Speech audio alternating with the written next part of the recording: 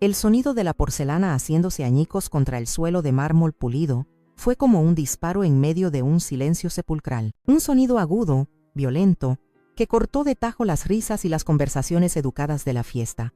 Por un instante, el tiempo se congeló. 20 pares de ojos, antes fijos en sus platos de costosa cena, ahora estaban clavados en mí, en mi rostro, en mis manos temblorosas, en la mancha oscura de estofado que se extendía sobre la alfombra persa color crema. Vieja inútil. La voz de mi nuera Lorena resonó en la sala, tan afilada y fría como el cristal roto a mis pies. No fue un susurro, no fue un murmullo, fue un grito cargado de un desprecio que había estado acumulando durante años y que finalmente había encontrado una vía de escape. Estábamos celebrando el 6º cumpleaños de mi nieta Sofía, o al menos eso se suponía. Para mí, se había convertido en un juicio público.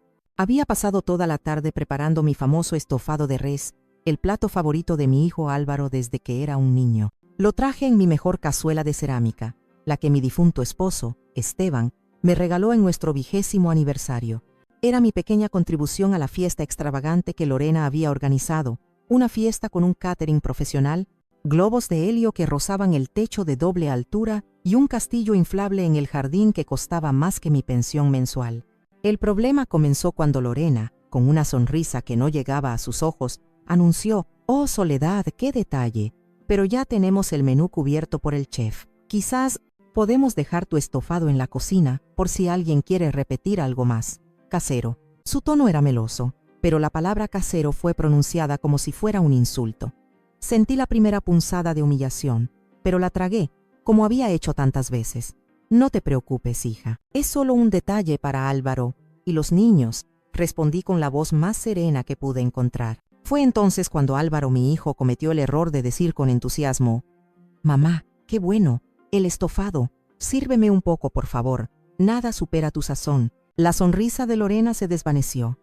Vi un destello de furia en sus ojos perfectamente maquillados.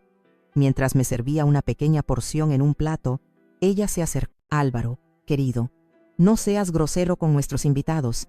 Hay comida de sobra». Pero Álvaro, por una vez, insistió. Y eso fue todo. Ese pequeño acto de lealtad de mi hijo fue la chispa que encendió la pólvora. Lorena me arrebató el plato de las manos. El calor del estofado me quemó ligeramente los dedos antes de que lo lanzara al suelo. Y luego, el grito: «Vieja inútil, siempre tienes que ser el centro de atención. Arruinas todo». Me quedé paralizada. El mundo se redujo a ese círculo de rostros conmocionados. Vi a don Fernando, el socio de Álvaro, atragantarse con su vino. Vi a su esposa, doña Elvira, dejar caer su tenedor, que resonó contra su plato con un tintineo agudo y solitario. Vi a la joven pareja de al lado mirarse, una comunicación silenciosa de horror pasando entre ellos. Busqué la mirada de mi hijo. Álvaro estaba pálido, con la boca entreabierta. Sus ojos suplicaban, no a su esposa para que se detuviera, sino a mí. Me suplicaban que no hiciera una escena, que no empeorara las cosas. «Mamá, por favor», susurró, y esas 2 palabras me rompieron el corazón más que el propio grito de Lorena. No me defendió. Ni una sola vez se volvió hacia ella para reprenderla. Con una dignidad que no sabía que poseía, me erguí. No dije nada. No había nada que decir. Tomé mi bolso del respaldo de la silla, el viejo suéter que siempre me acompañaba, y caminé hacia la puerta. Cada paso era un esfuerzo monumental. Sentía todas las miradas en mi espalda. Al pasar junto a Lorena, ella me siseó en voz baja, para que solo yo la oyera: «Espero que estés contenta. Lárgate de mi vida». Abrí la puerta y salí a la noche fría, dejando atrás el calor artificial de esa casa y el sonido incipiente de los murmullos que comenzaban a llenar el vacío que mi humillación había dejado. El trayecto en mi viejo coche fue un borrón de lágrimas y luces de la ciudad que se desenfocaban. No recuerdo haber puesto las llaves en el contacto, ni haber maniobrado para salir de esa calle bordeada de mansiones idénticas. Mis manos se movían por instinto, mientras mi mente repetía en un bucle infinito el sonido del plato rompiéndose y el eco de la palabra inútil. Cada semáforo en rojo era una tortura, un momento en el que mi reflejo en el espejo retrovisor me devolvía la imagen de una mujer de 68 años, derrotada. Las arrugas alrededor de mis ojos, que siempre había considerado mapas de una vida llena de risas y preocupaciones amorosas, ahora me parecían surcos de pura tristeza. Cuando finalmente llegué a mi calle, en un barrio modesto pero decente, sentí un ligero alivio. Las casas aquí no competían entre sí. Eran hogares, no escaparates. Estacioné frente a mi pequeña casa de una sola planta, la misma en la que había vivido durante 40 años. La pintura de la fachada necesitaba un retoque y el jardín, aunque cuidado, no tenía las flores exóticas del de Lorena, sino geranios y rosales que resistían el paso del tiempo, como yo. Entré y cerré la puerta. El silencio de mi hogar me abrazó. Era un silencio diferente al de la fiesta.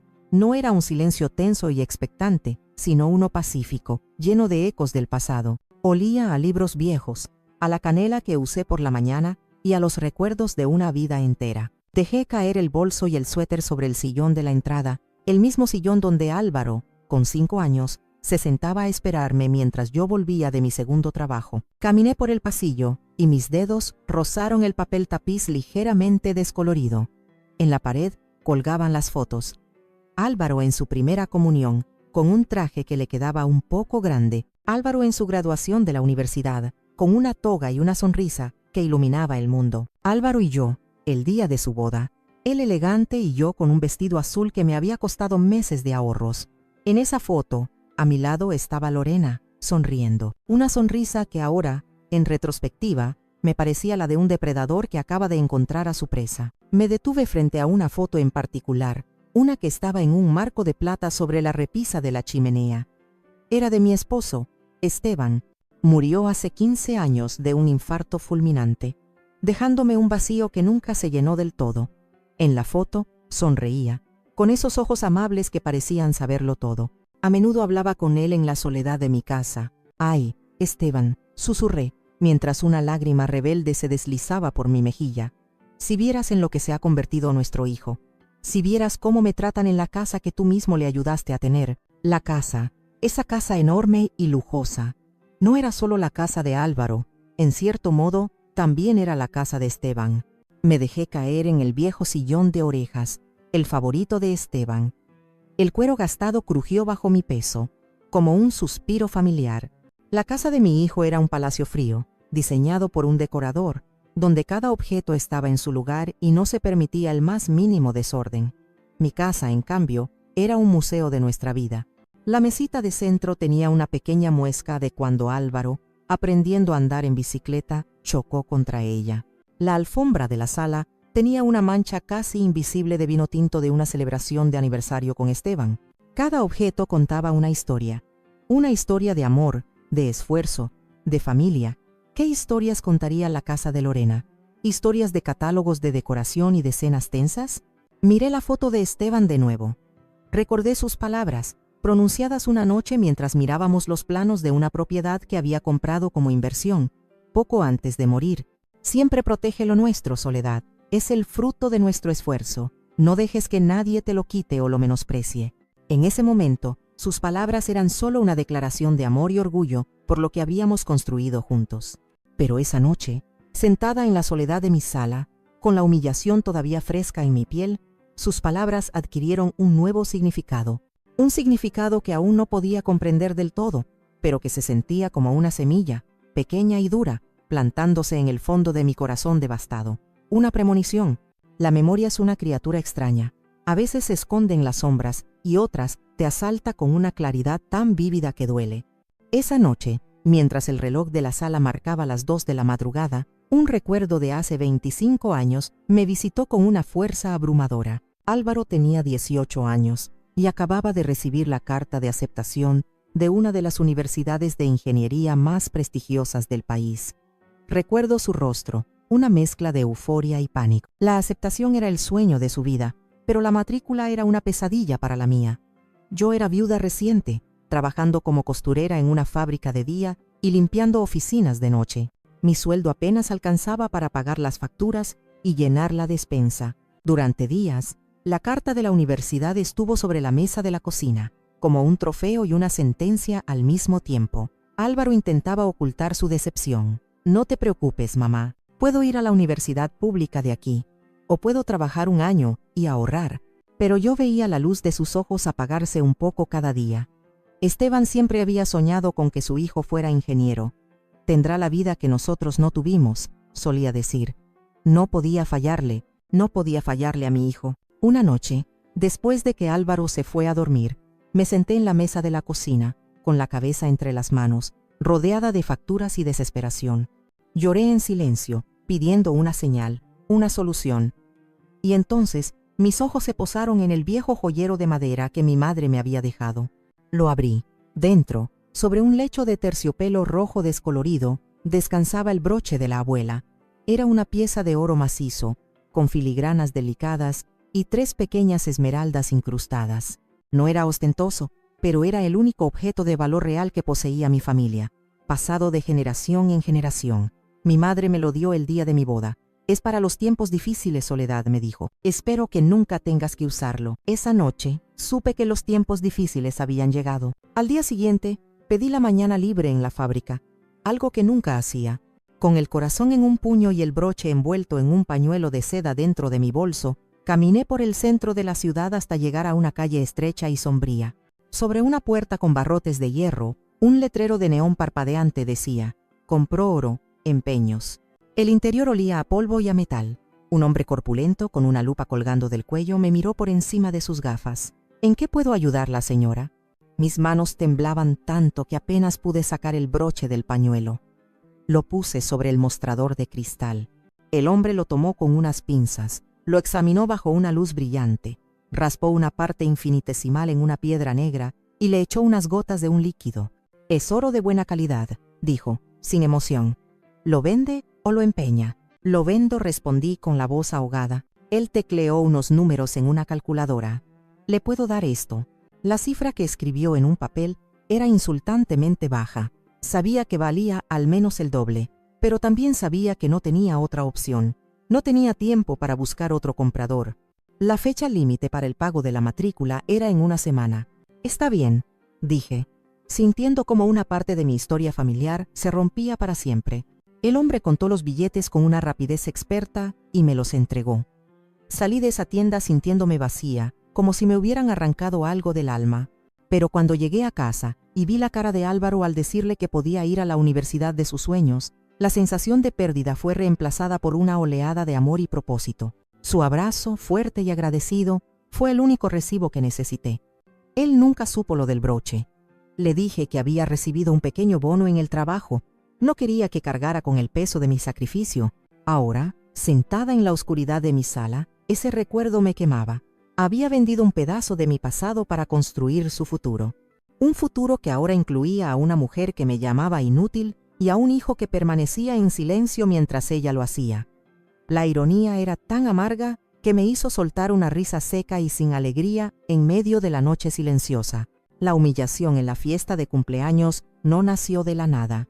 Fue la erupción de un volcán que llevaba años acumulando presión bajo la superficie. Mientras la noche avanzaba y el sueño me eludía, mi mente se convirtió en un cine privado, proyectando una y otra vez escenas de los últimos 5 años, desde que Lorena entró en nuestras vidas. La primera película era casi una comedia romántica. Álvaro nos la presentó en una cena en mi casa. Lorena era todo sonrisas y encanto. Elogió mi comida, mi decoración, mis historias sobre la infancia de Álvaro. «Soledad, usted es increíble. Ahora entiendo de dónde sacó Álvaro su buen corazón», me dijo. Y yo, ingenua, le creí. Me pareció la mujer perfecta para mi hijo, pero pronto la película cambió de género. Se convirtió en un drama sutil, lleno de microagresiones y desaires velados. Recuerdo una tarde, poco después de la boda. Estaban en mi casa y Lorena, mientras admiraba mis fotos familiares, le dijo a Álvaro en un susurro, creyendo que yo no la oía desde la cocina: «Vengo de la nada, Álvaro. Mi familia era muy humilde. No quiero que mis hijos crezcan en un ambiente así de sencillo». La palabra sencillo sonó como pobre. En ese momento sentí una punzada de incomodidad. No era mi casa lo que criticaba, era mi vida, mis orígenes, los mismos orígenes que compartía con mi hijo.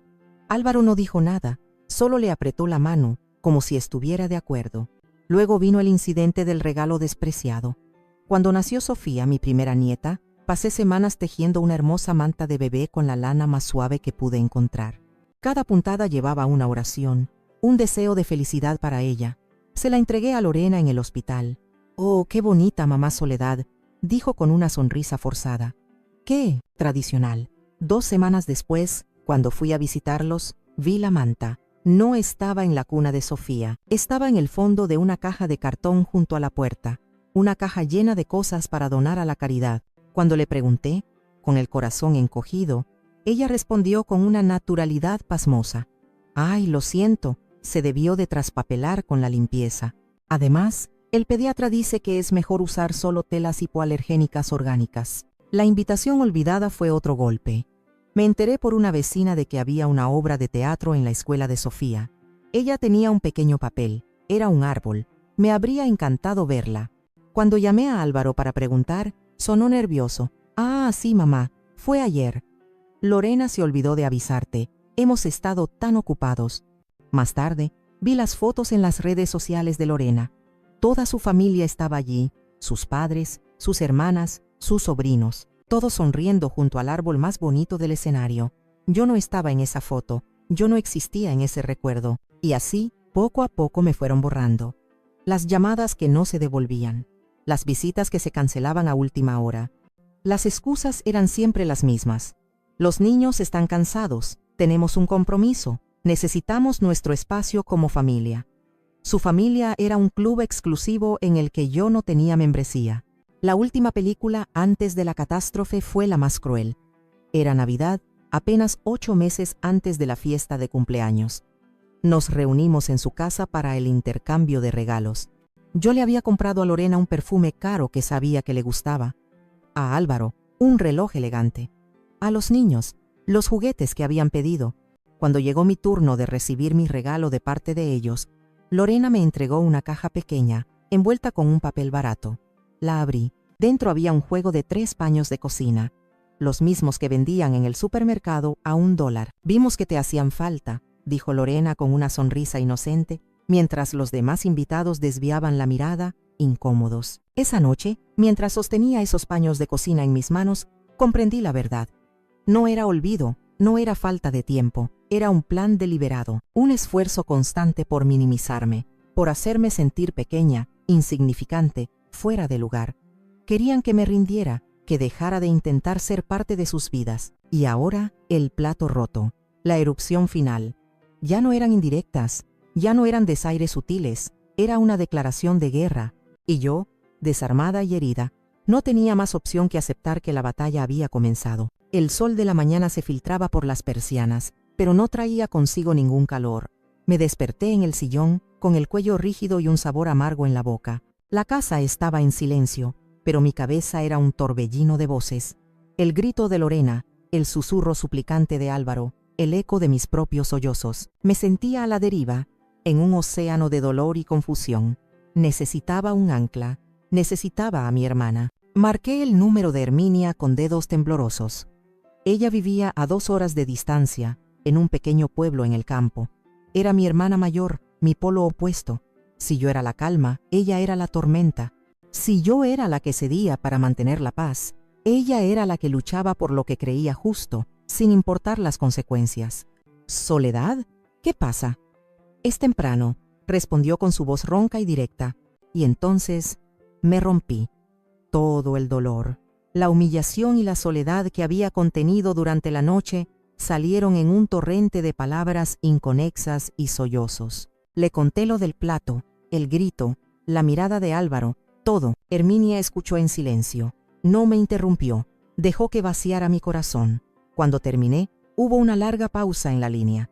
Podía imaginarla al otro lado, con el ceño fruncido y la mandíbula apretada. Esa mujer es una víbora, dijo finalmente, y su voz era dura como el acero. Pero la culpa no es solo de ella, Soledad. ¿Qué quieres decir?, pregunté sorprendida. Quiero decir que te trata así porque tú se lo permites, espetó. Por Dios, hermana, llevo años diciéndotelo. Te has dejado pisotear, te has convertido en un felpudo para que esa revista se limpie los zapatos. ¿Dónde está la mujer que crió a un hijo sola? La que trabajaba día y noche sin quejarse. ¿La has perdido? Sus palabras eran duras, pero no eran crueles, eran la verdad, una verdad que había evitado durante mucho tiempo. No sé qué hacer, Herminia, confesé, sintiéndome como una niña pequeña. Si la enfrento, lo usará como excusa para alejarme de los niños para siempre. Álvaro no me apoyará. ¿Y qué? ¿Vas a seguir viviendo de las migajas que te arroja? ¿Esperando a que te permita ver a tus propios nietos? Eso no es vida, es una condena. Tienes que defenderte, tienes que recuperar tu dignidad. ¿Pero cómo?, lloriqué. Hubo otro silencio. Luego, la voz de Herminia se suavizó un poco. Escúchame, deja de llorar y piensa. Eres más fuerte de lo que crees. Has olvidado tu propio valor. A veces, la solución a nuestros problemas está justo delante de nosotros, escondida entre las cosas viejas que hemos olvidado. ¿Por qué no te pones a ordenar? Despeja la casa, despeja la mente. Nunca se sabe qué tesoros olvidados puedes encontrar en el desván. Su sugerencia me pareció extraña, casi ridícula. ¿Ordenar el desván en un momento como este? No te rías, dijo, como si leyera mi mente. Cuando nuestro padre murió, mamá estaba destrozada. Se pasó una semana entera ordenando el sótano. Dijo que poner orden en el caos de afuera la ayudaba a poner orden en el caos de adentro. Inténtalo, y llámame si necesitas algo. Lo que sea. Colgamos. Me quedé mirando el teléfono, las palabras de Herminia resonando en mis oídos. Te trata así porque tú se lo permites. Tenía razón.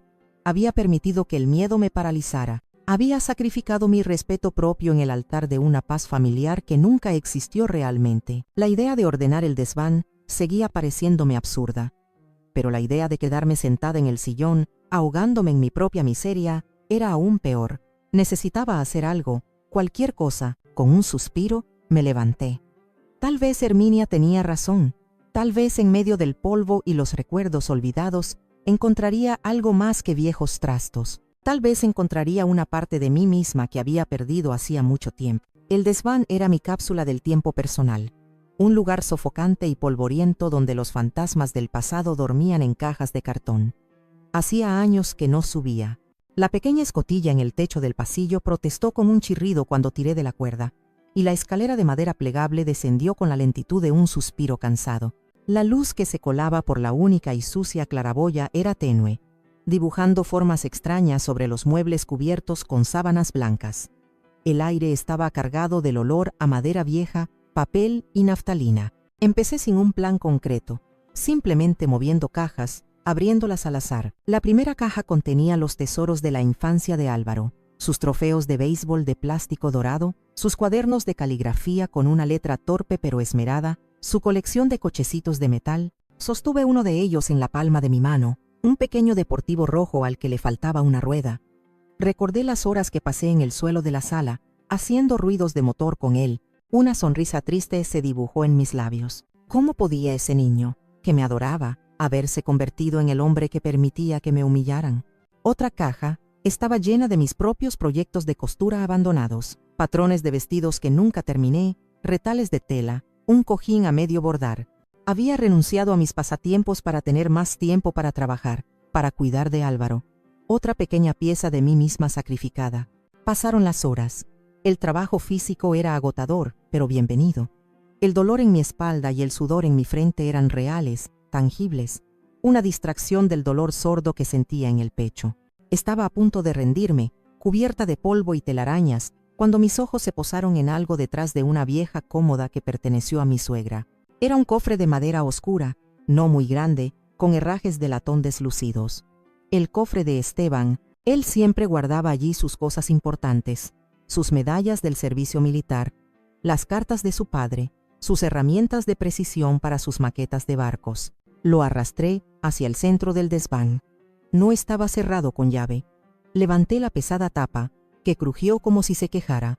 Dentro, el olor a cedro y a tabaco de pipa, el olor de mi esposo, me golpeó con la fuerza de un recuerdo vivo. Estaban sus maquetas a medio terminar, sus gafas de lectura, una pipa. Y debajo de todo eso, un sobre grande, de papel manila, amarillento por los años. Mi corazón dio un vuelco. En la esquina superior, con la caligrafía elegante y firme de Esteban ponía: documentos importantes, propiedad La Loma. La Loma. Así llamaban al terreno en las afueras de la ciudad que él había comprado como inversión apenas un año antes de morir. Un terreno con una casa vieja que planeaba remodelar y alquilar. Mis manos temblaron al tomar el sobre. ¿Qué hacía esto aquí? Recordaba vagamente haberle dado las llaves de esa casa a Álvaro y Lorena como regalo de bodas. Es una herencia adelantada de vuestro padre, les había dicho. Estaban eufóricos. Se mudaron, la remodelaron a su gusto, la convirtieron en esa mansión ostentosa donde ahora vivían. Pero el sobre. ¿Por qué estaba el sobre aquí? Se suponía que los papeles debían estar en su poder o en manos de un abogado para hacer la transferencia. Me senté en el suelo polvoriento del desván, con el sobre en mi regazo. Mi mente empezó a trabajar a una velocidad vertiginosa.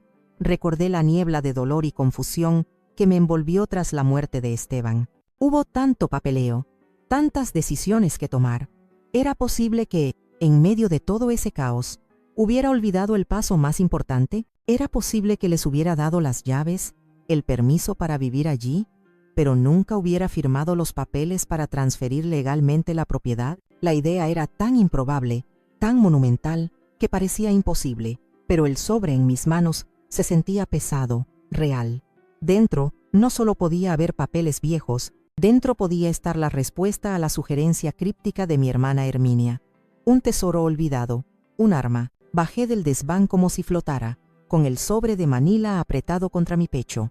Mis piernas se sentían débiles. Entré en la cocina, el corazón de mi hogar, y extendí el contenido del sobre la mesa de madera, la misma mesa donde había firmado tantas notas de permiso para la escuela de Álvaro y donde había llorado la noche anterior. Los documentos estaban perfectamente conservados. El papel era grueso, de buena calidad. Allí estaba la escritura original de la propiedad, con el nombre de mi esposo, Esteban Vargas, como comprador. Estaban los recibos de los pagos de impuestos de los últimos 20 años, todos pagados puntualmente por mí, primero junto a Esteban y después sola, como un deber sagrado hacia su memoria. Estaba el certificado del registro de la propiedad, claro e inequívoco. Propietaria actual, Soledad Vargas, viuda de Esteban Vargas. Leí la línea una y otra vez. No había error, no había ninguna enmienda, ninguna nota al margen, ningún documento de transferencia adjunto. Legalmente, la casa donde vivía mi hijo, la casa de la que Lorena me había echado, la casa valorada en, al menos, $500,000, era mía. Me dejé caer en una silla, sintiendo que el aire me faltaba. ¿Cómo pude haber olvidado algo tan crucial? La respuesta era simple y dolorosa: el duelo. Tras la muerte de Esteban, mi mundo se había derrumbado. Sobrevivía día a día, funcionando en piloto automático. Les di las llaves a Álvaro y Lorena como un gesto de amor, asumiendo que el papeleo era una formalidad que haríamos más adelante. Pero más adelante nunca llegó. Ellos nunca preguntaron y yo nunca recordé. Confié, simplemente confié. Una oleada de emociones contradictorias me inundó. Primero, un pánico helado. ¿Qué significaba esto?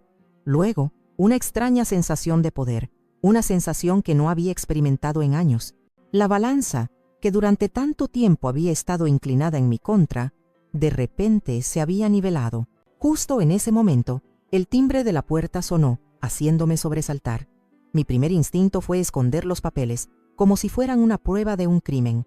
Me levanté y fui a abrir, con el corazón latiendo desbocado. Era mi vecina de al lado, Dolores, una mujer de mi edad, viuda también, con quien compartía un café de vez en cuando. Tenía una expresión de preocupación en su rostro. Soledad, perdona que te moleste, dijo en voz baja, pero te vi llegar anoche. Parecías muy afectada.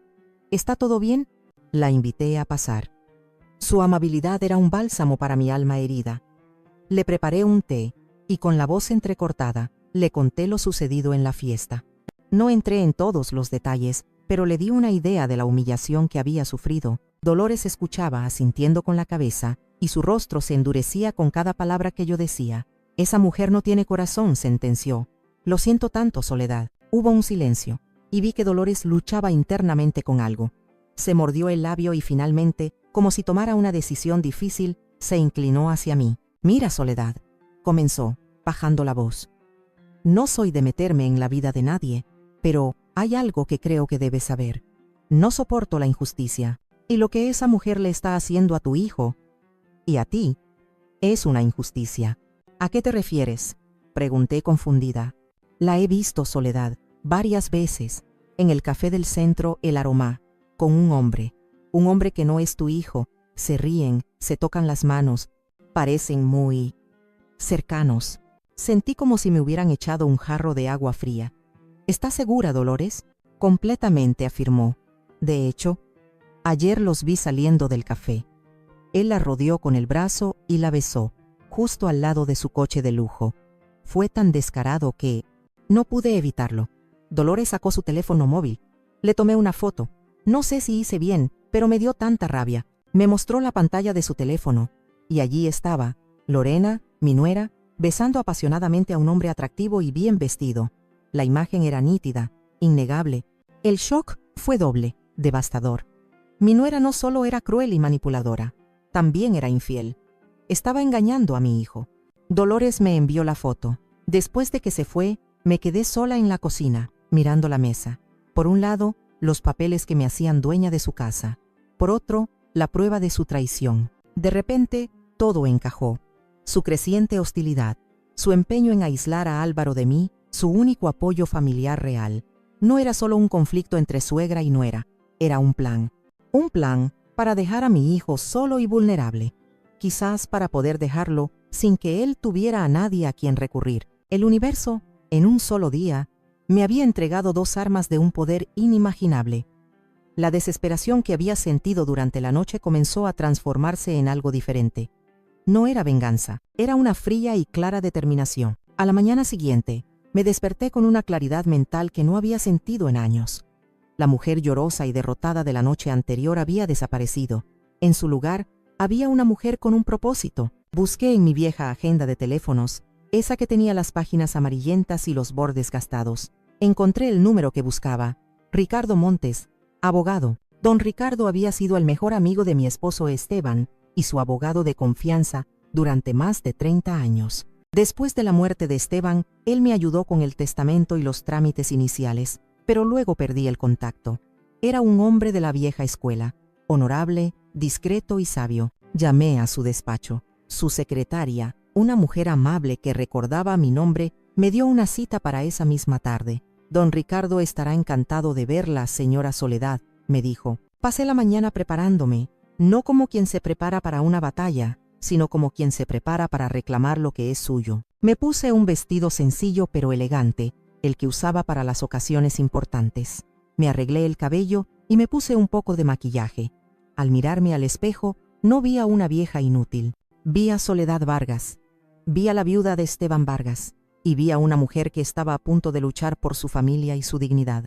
Metí la escritura de la propiedad y los recibos de impuestos en mi bolso. Imprimí la foto que Dolores me había enviado y la guardé en un sobre aparte. El despacho de don Ricardo estaba en un edificio antiguo en el centro de la ciudad. Olía a cuero, a madera y a la confianza que solo dan los años de experiencia. Él me recibió con un cálido abrazo. Había envejecido, su cabello era completamente blanco, pero sus ojos seguían teniendo el mismo brillo inteligente y amable que recordaba. Soledad, qué alegría verte. Aunque intuyo que no es una visita de cortesía, dijo, guiándome hacia su imponente escritorio de caoba. Le conté toda la historia. Desde el principio, le hablé de la creciente crueldad de Lorena, de la pasividad de Álvaro, de la humillación del plato roto. Su expresión se fue endureciendo a medida que hablaba. Luego, con manos temblorosas, puse sobre su escritorio el sobre que encontré en el desván. Don Ricardo se puso sus gafas de lectura y examinó los documentos en silencio, con una concentración absoluta. Pasó las páginas lentamente, leyendo cada cláusula. De vez en cuando, asentía con la cabeza o emitía un leve Finalmente, se quitó las gafas y me miró fijamente. Bueno, Soledad, dijo, y su voz era tranquila pero firme. Esteban siempre fue un hombre meticuloso, pero parece que el dolor de su pérdida nos hizo pasar por alto el detalle más importante de todos. Hizo una pausa. Legalmente, Soledad, la posición de usted es inexpugnable. Esta propiedad es suya, 100% suya. Sentí que un peso se levantaba de mis hombros. No era solo mi imaginación, era real. ¿Qué puedo hacer, Ricardo?, pregunté. Legalmente, explicó. Tienes varias opciones. Podrías iniciar un proceso de desalojo. Dado que han vivido allí con tu permiso pero sin un contrato de arrendamiento, se les consideraría precaristas. La ley te ampara. Tendrías que darles un plazo razonable para que se marchen, normalmente 30 días. La idea de echar a mi propio hijo y a mis nietos a la calle me revolvió el estómago. No podría hacerles eso, Ricardo. Jamás. Lo sé, dijo con una sonrisa comprensiva. No eres esa clase de persona. Pero Lorena no lo sabe, y ahí es donde reside tu poder. La segunda opción es usar esta información para negociar. ¿Negociar qué?, pregunté. Respeto, respondió él simplemente. Condiciones, límites. Puedes enfrentarla, no con amenazas vacías, sino con una realidad legal que no puede ignorar. Puedes exigirle un cambio de actitud, un trato digno, a cambio de tu silencio y de permitirle seguir viviendo en tu propiedad. La idea era aterradora y a la vez liberadora. Luego saqué el otro sobre, el que contenía la foto. «Hay algo más», le dije.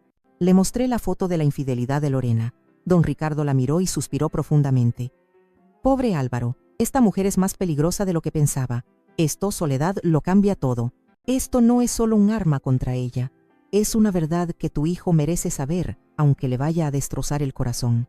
A veces, la verdad es una medicina amarga, pero necesaria para curar una enfermedad». Salí de su despacho sintiéndome otra persona. Ya no estaba sola. Tenía la ley de mi parte y el consejo de un hombre sabio. No buscaba venganza, me repetía a mí misma. Buscaba justicia y estaba dispuesta a hacer lo que fuera necesario para conseguirla. Esa noche, el sueño fue de nuevo un extraño. Pero esta vez no era por el dolor de la humillación, sino por el peso de las decisiones que tenía que tomar. Mi pequeña y tranquila casa se había convertido en un cuartel general, y yo, una generala novata, planeaba una estrategia que cambiaría el curso de mi vida y la de mi familia para siempre. Me senté en el sillón de Esteban, con una taza de té de manzanilla que no probé.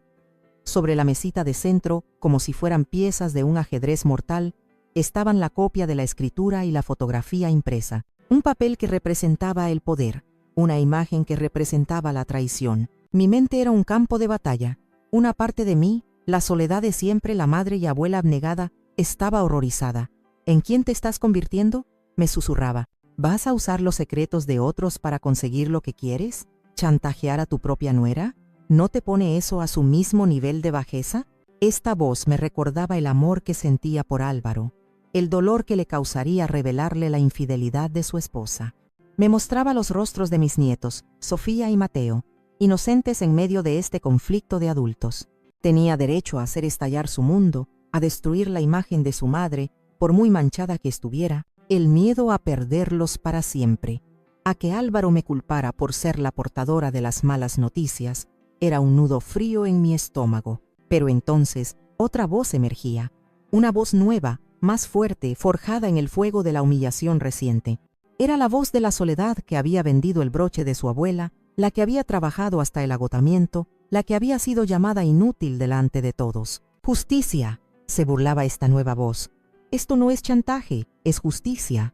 ¿Acaso no es justo que ella sepa que vive bajo un techo que no es suyo, un techo que pertenece a la mujer que desprecia? ¿Acaso no es justo que Álvaro sepa que la mujer por la que ha descuidado a su propia madre le está traicionando?» Esta voz me recordaba cada desaire, cada palabra hiriente, cada invitación olvidada. Me recordaba el plato roto y el silencio cómplice de mi hijo.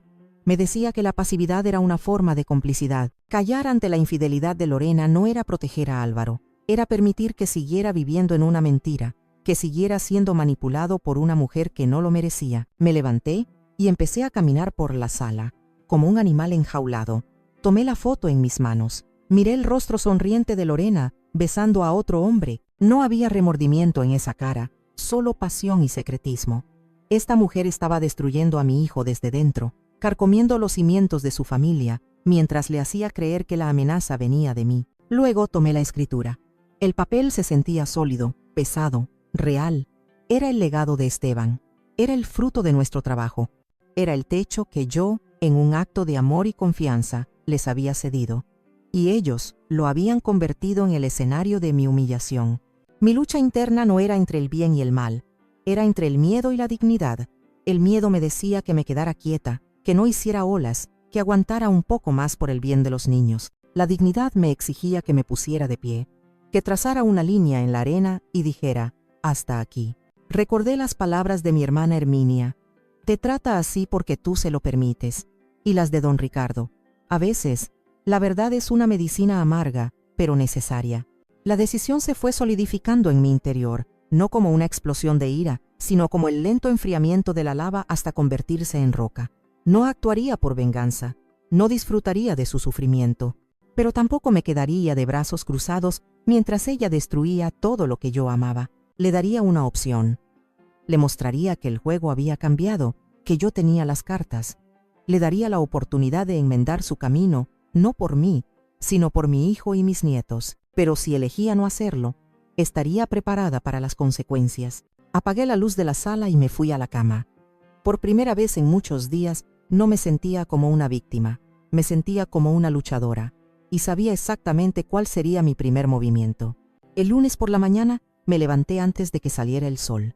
La casa estaba en silencio, pero era un silencio lleno de propósito. Me preparé una taza de café bien cargado y me senté en la mesa de la cocina. Saqué una hoja de papel de buena calidad, de un bloc que guardaba para las cartas importantes, y mi mejor pluma. No iba a ser una carta de ira, no iba a tener insultos ni reproches emocionales, iba a ser un documento, un informe de hechos, frío, preciso e innegable. Mi mano no temblaba mientras escribía. Las palabras fluían con una claridad que me sorprendió. Lorena, comencé, sin ningún saludo afectuoso. Te escribo esta carta para informarte de 3 hechos que, hasta ahora, desconocías. Te pido que la leas con atención, porque las decisiones que tomes en los próximos días se basarán en ellos.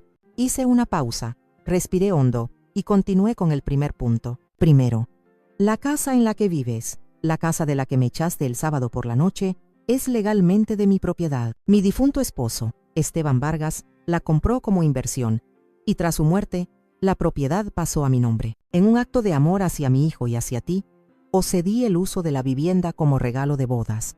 Pero la transferencia legal de la escritura nunca se formalizó. Fue un descuido por mi parte, causado por el dolor del duelo, un descuido que ahora veo como una extraña providencia. Para tu referencia, adjunto una copia certificada de la escritura de propiedad actualizada, doblé cuidadosamente la copia que don Ricardo me había preparado y la puse junto a la carta. Luego, pasé al segundo punto, el más doloroso. Segundo, sé de tu infidelidad. Sé que mantienes una relación con un hombre que no es mi hijo. Sé que os veis en la cafetería Aroma y que vuestros encuentros van más allá de un simple café. No necesito entrar en detalles sórdidos, pero para que no quepa ninguna duda sobre la veracidad de mi afirmación, adjunto una prueba fotográfica de vuestro encuentro del pasado viernes. Coloqué la foto impresa boca abajo junto a la escritura. Sentí una punzada de dolor por Álvaro, pero la aparté. Esto era necesario. Finalmente, escribí el ultimátum, la parte que definiría el futuro. Tercero, amo a mi hijo y a mis nietos por encima de todo en este mundo. Durante 5 años, he soportado en silencio tu desprecio, tus humillaciones y tus manipulaciones. Me he hecho a un lado, me he vuelto pequeña, he aceptado tus migajas de tiempo y afecto, todo por miedo a perderlos. Ese miedo se acabó. No quiero destruir a mi familia, no quiero que mis nietos sufran las consecuencias de tus actos. Por eso, te ofrezco una elección, solo una. Opción A. Terminas esa aventura de inmediato y de forma definitiva, y empiezas a tratarme a mí, la madre de tu esposo y la abuela de tus hijos, con el respeto básico que cualquier ser humano merece. No te pido que seamos amigas, te exijo decencia. Opción B. Si decides continuar con tu engaño o con tu actitud hacia mí, le contaré toda la verdad a Álvaro, con pruebas, y comenzaré inmediatamente el proceso legal para el desalojo de mi propiedad. La decisión es tuya. Tienes 48 horas para decidir qué camino tomarás. Espero no tener que volver a comunicarme contigo. Atentamente, Soledad Vargas. Leí la carta una vez más. Era perfecta. No había emoción, solo hechos. No había súplica, solo condiciones. Era la voz de una mujer que había recuperado el control. Metí la carta, la copia de la escritura y la foto en un sobre grande y blanco. Lo sellé. No sentía triunfo ni alegría ni sed de venganza. Sentía una extraña calma, una paz fría y sólida. El juego había comenzado, y yo acababa de hacer mi primer movimiento. Ese mismo lunes por la mañana, esperé hasta las 10. Sabía que a esa hora Álvaro ya estaría en su oficina y los niños en el colegio. Lorena solía pasar las mañanas de los lunes en casa, organizando su semana antes de salir a almorzar con sus amigas. Era el momento perfecto. Me vestí con el mismo vestido elegante que había usado para ver a don Ricardo. Me miré al espejo y asentí. No iba a ir como una víctima suplicante. Iba como la propietaria de la casa a entregar una notificación. Conduje hasta su calle, con el sobre blanco reposando en el asiento del copiloto. Pesaba 1 tonelada. Al girar en la esquina vi la imponente casa. El césped estaba perfectamente cortado, los rosales impecables. Una fachada de perfección que ocultaba un interior podrido. Aparqué al otro lado de la calle. Respiré hondo 3 veces y salí del coche. Caminé por el sendero de piedra que llevaba a la puerta principal. Cada paso resonaba en el silencio de la mañana. Toqué el timbre, un sonido melódico que contrastaba con la tensión que sentía. Escuché pasos rápidos en el interior. La puerta se abrió de golpe. Ahí estaba Lorena. Impecable como siempre. Llevaba unos pantalones de yoga de diseño y una camiseta blanca impoluta. Su cabello estaba recogido en una coleta alta y perfecta. Su rostro, al verme, pasó de la sorpresa a una máscara de fría molestia en menos de un segundo. «Soledad», dijo, y su voz era plana, sin emoción. «Álvaro no está». «Lo sé», respondí, y mi propia voz sonó más firme de lo que esperaba. «No vengo a ver a Álvaro, vengo a verte a ti». Ella enarcó una ceja, sin moverse un centímetro para dejarme pasar. «¿No te quedó claro el sábado que necesito mi espacio?»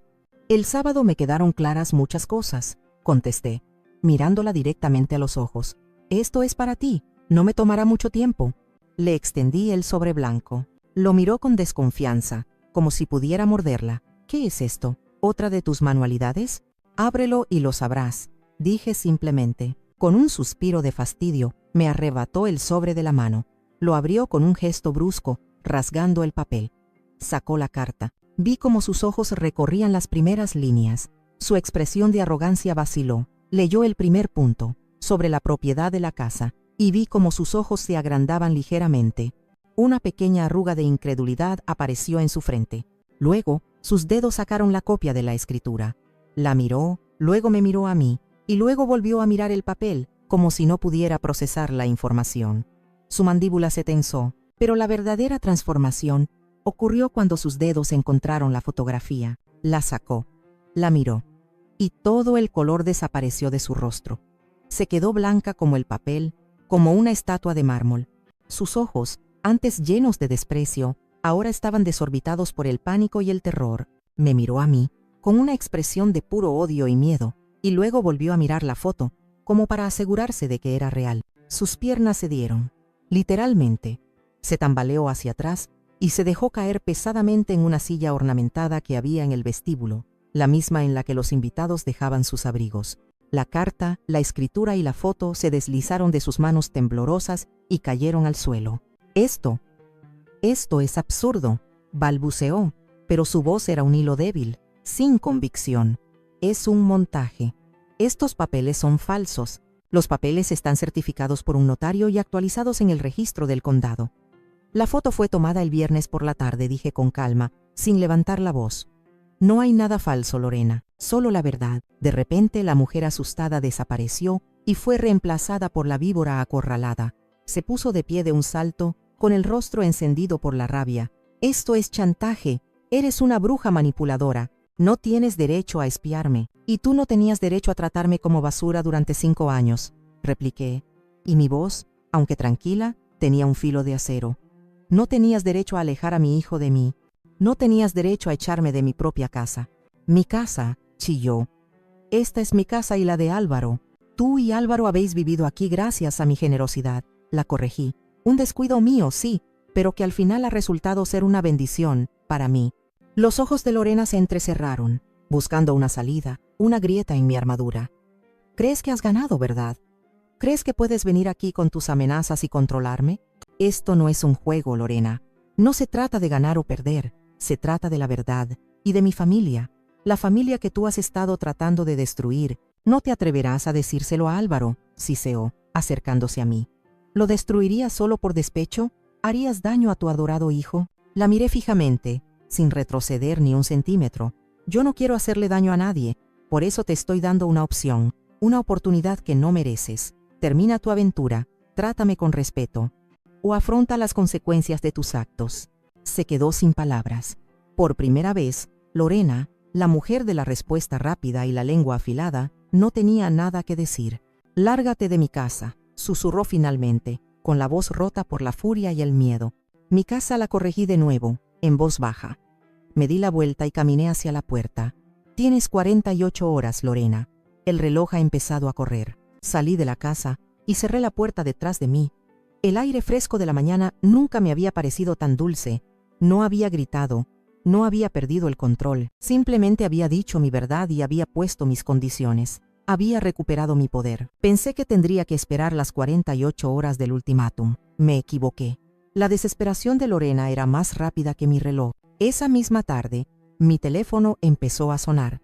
Era Álvaro. Su voz, al otro lado de la línea, era una mezcla de angustia y confusión. «Mamá, ¿qué está pasando? ¿Qué le has hecho a Lorena?», preguntó sin preámbulos. «Me ha llamado llorando, histérica. Dice que la has amenazado, que la quieres echar de casa. Dice que la estás chantajeando. ¿De qué se trata todo esto?». Escuché su torrente de acusaciones sin interrumpir. La versión de Lorena, la versión de la víctima, era predecible. «Álvaro», dije con una calma que no sentía del todo, porque el corazón me dolía por él. «No podemos hablar de esto por teléfono. Hay cosas que necesitas saber, cosas que he callado durante mucho tiempo. Por favor, encuéntrate conmigo, en el Parque del Río, en 1 hora, a solas». Hubo una pausa. Podía oír su respiración agitada. «Está bien, mamá, pero, por favor, sea lo que sea, arreglémoslo. No más peleas». El Parque del Río era nuestro lugar. Cuando Álvaro era pequeño, lo traía aquí a tirar piedras al agua.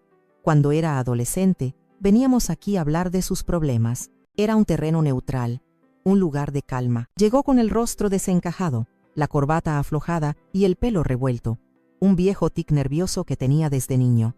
Se sentó a mi lado en el banco de madera, sin mirarme. «Mamá, Lorena está destrozada.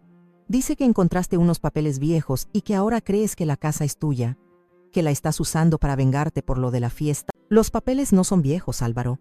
Son los documentos legales y actuales de la propiedad», dije suavemente. «Y sí, la casa, legalmente, es mía. Fue un descuido, un olvido de hace muchos años, pero es la verdad. Se pasó las manos por la cara. Podemos arreglar eso, mamá. Mañana mismo llamo a un abogado y hacemos la transferencia. No tenías que asustarla de esa manera». Respiré hondo. Había llegado el momento que más temía. «No se trata solo de la casa, hijo. Hay algo más. Algo que explica por qué Lorena ha estado tan desesperada por alejarme de ti. Mamá, por favor, si esto es por cómo se ha comportado», empezó a decir. «Lorena te está siendo infiel, Álvaro», lo interrumpí. Las palabras quedaron suspendidas en el aire, pesadas y terribles. Álvaro se quedó helado. El color desapareció de su rostro. Me miró y por primera vez vi en sus ojos no solo confusión, sino miedo. «¿Qué?», susurró. «No, no, estás equivocada. Tú lo estás inventando para hacerle daño». Me dolió que pensara eso de mí, pero lo entendí. Era la negación. La primera muralla de defensa de un corazón que está a punto de romperse. «Ojalá estuviera equivocada, mi amor», dije, y mi voz se quebró. Ojalá fuera una mentira, pero no lo es. Saqué mi teléfono. Con manos temblorosas, abrí la galería y le mostré la foto que Dolores me había dado.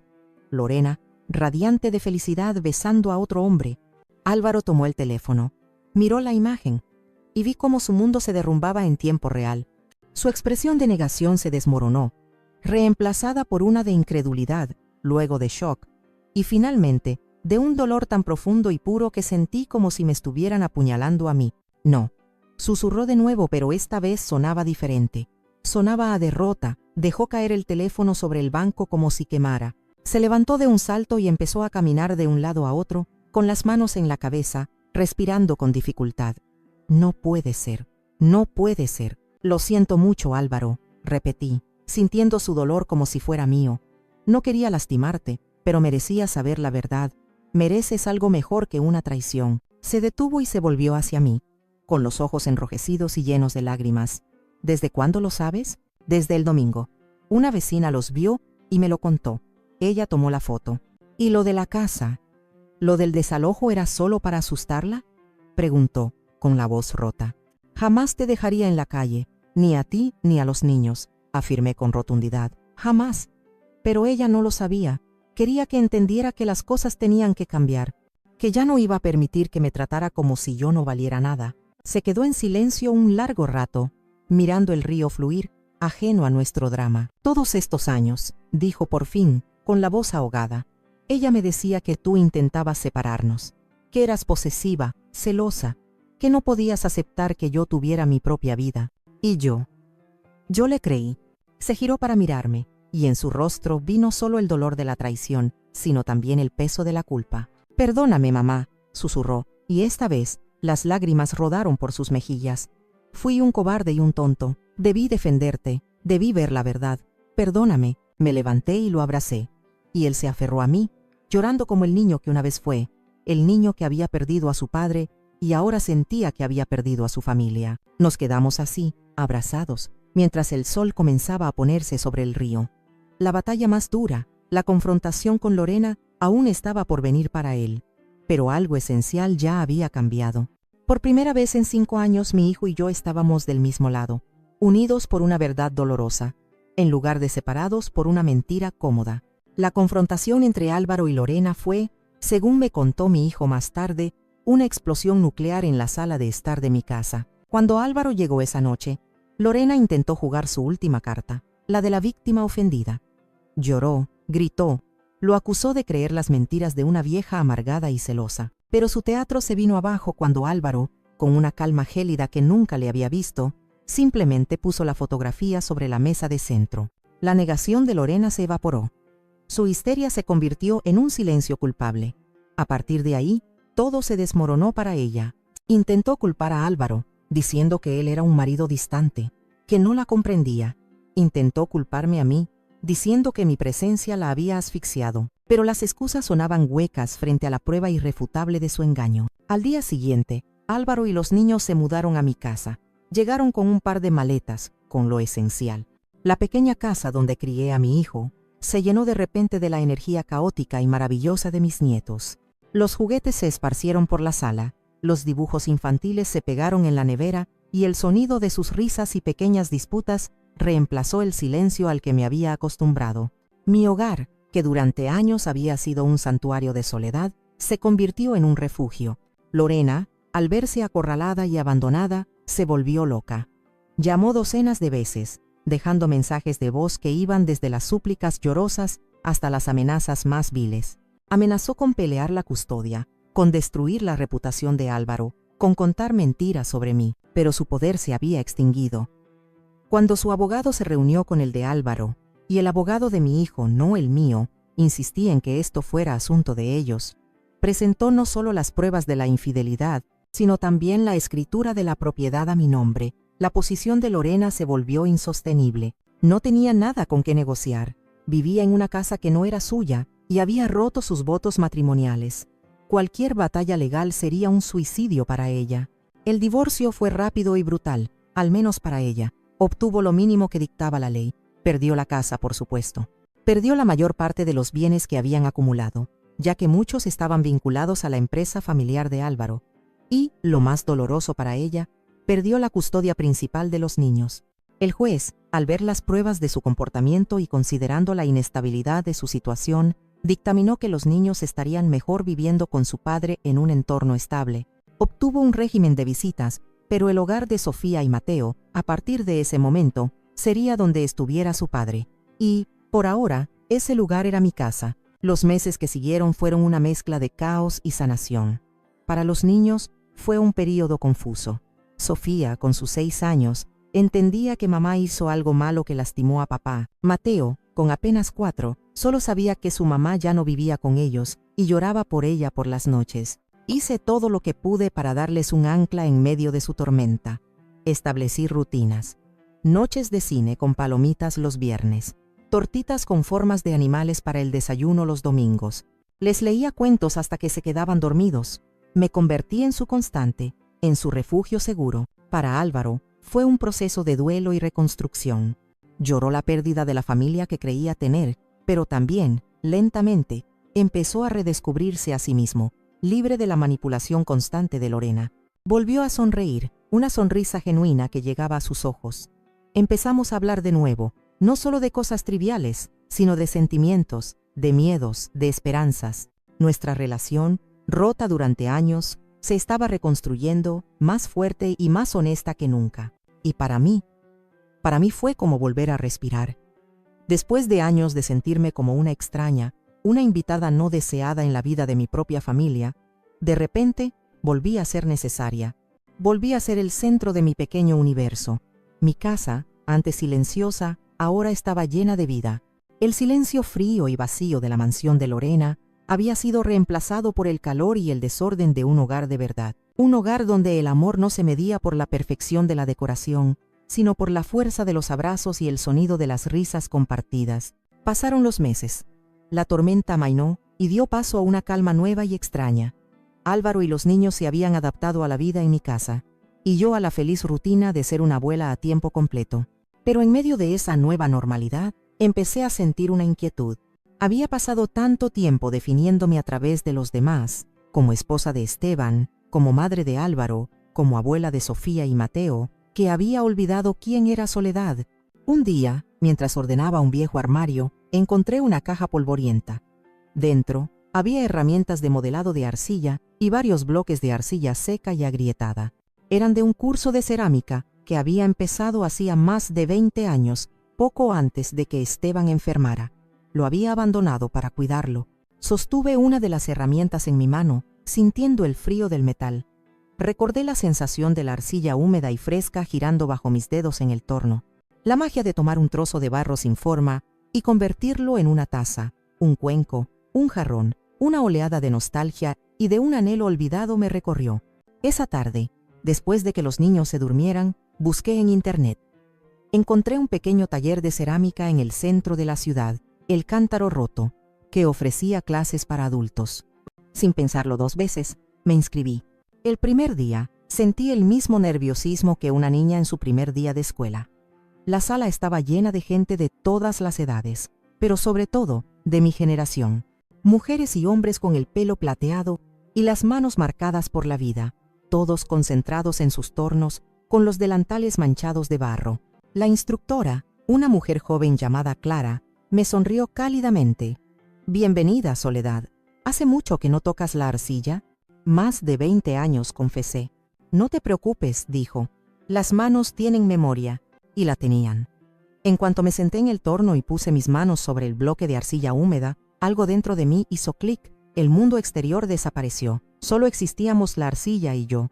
El zumbido del torno, la sensación de la tierra transformándose bajo la presión de mis dedos, era una forma de meditación, una forma de creación. Mis primeros intentos fueron desastrosos, cuencos torcidos, tazas que se derrumbaban, pero no me importaba, no buscaba la perfección, buscaba la sensación de estar construyendo algo con mis propias manos, de estar, literalmente, moldeando mi vida de nuevo. En el taller, hice nuevos amigos.